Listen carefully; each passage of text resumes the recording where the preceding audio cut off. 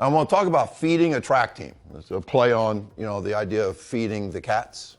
And I always start my presentations with a reminder of my mission statement, which is basically 10 things I've come up with that you can't freaking argue with.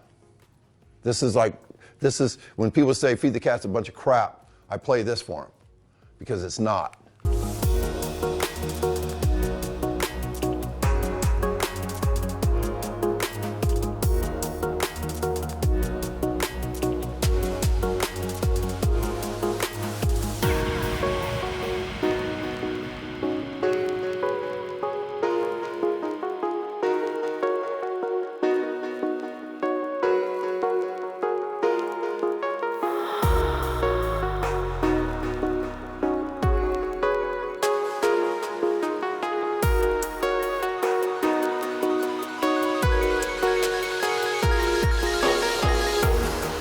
So the other day, I'm always trying to be the essentialist, take, my book right now is 400 pages long, and it's too big, and it could be a War and Peace. It could be 1,000 pages. But I'm always trying to, like how do I boil it down to the essence of what Feed the Cats is? And the 2-word thing is prioritize speed. That's it. Prioritize speed. The 37-word definition of Feed the Cats is sprint, record, rank, and publish. You sprint before lifting. You never let today ruin tomorrow. You accept rest and recovery to create performance level outputs. You stop doing shit that makes you slow. And you make practice the best part of a kid's day. 37 words that sums up what Feed the Cats is all about. Now, it's important as a track coach to understand that we grow where we are planted. And in Illinois, I didn't even realize this, but Illinois has a different order of events than other states. Our order of events makes it very easy for a great sprinter like Marcellus Moore to win 4 events. It's like the 4 sprints are protected.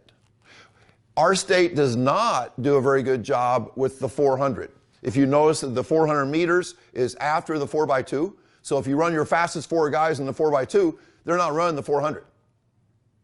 Wow. And if you run your fastest guy like Marcellus Moore in the 200, he's not running the 4x4. Or if he does, he runs a 51 instead of a 46. Now, if I coached in Texas, things would be different because in Texas, the relays are double points.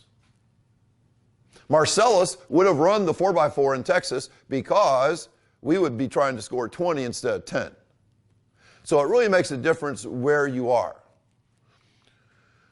I'm proud to say this is like, the 4x1 is like the pissing contest of sprint coaches. I mean, like, it's important stuff. Because any coach can have a fast guy, a fast dude. But if you're consistently good in the 4x1, that means you got good sprinters. You just didn't get lucky.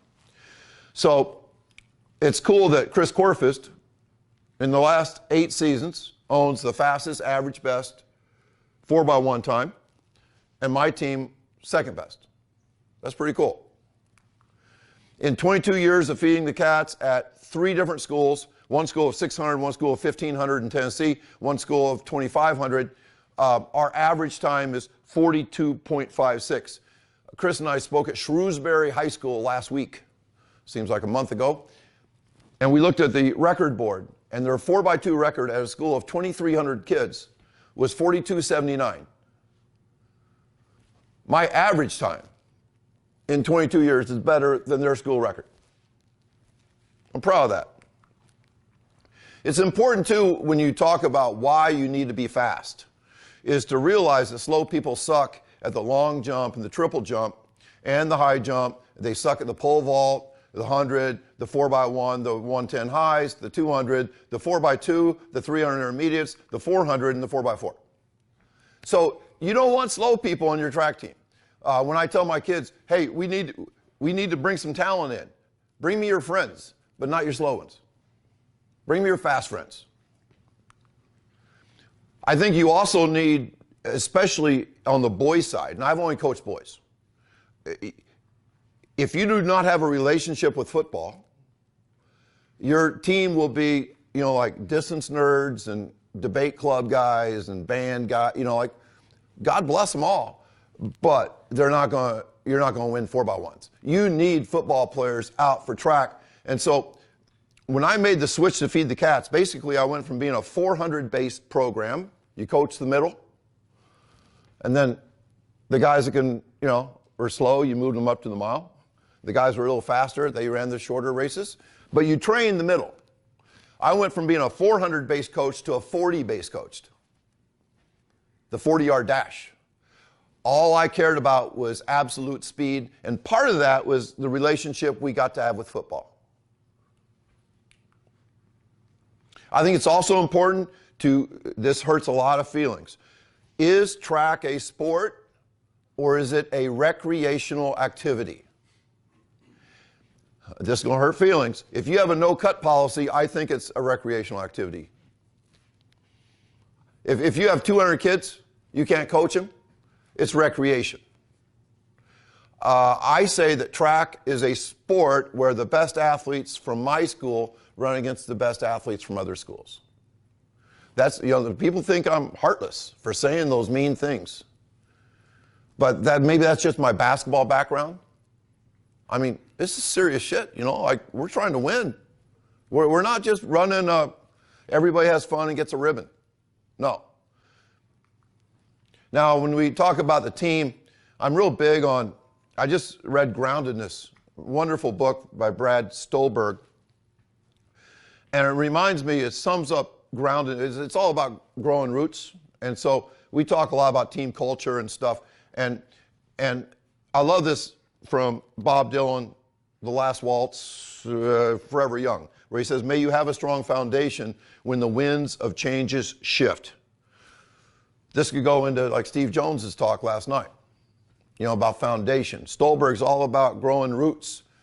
So that when the storms come, Steve talked about that last night. When the storms come, we have a foundation. We have a strong foundation when the winds of changes shift. And I love this. 200-foot redwood trees. How many of you have seen the redwoods? It's like seeing the Grand Canyon or something. You'll never be the same.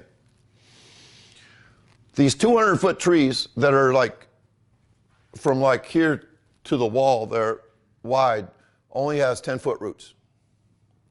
But they don't blow down when the winds of change and shift because they intermingle with other roots. And I think we need to talk to kids constantly about those kinds of things. Kids are going through hard things, and so are adults.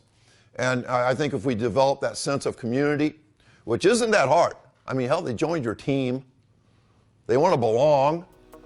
So let's do some preaching to them.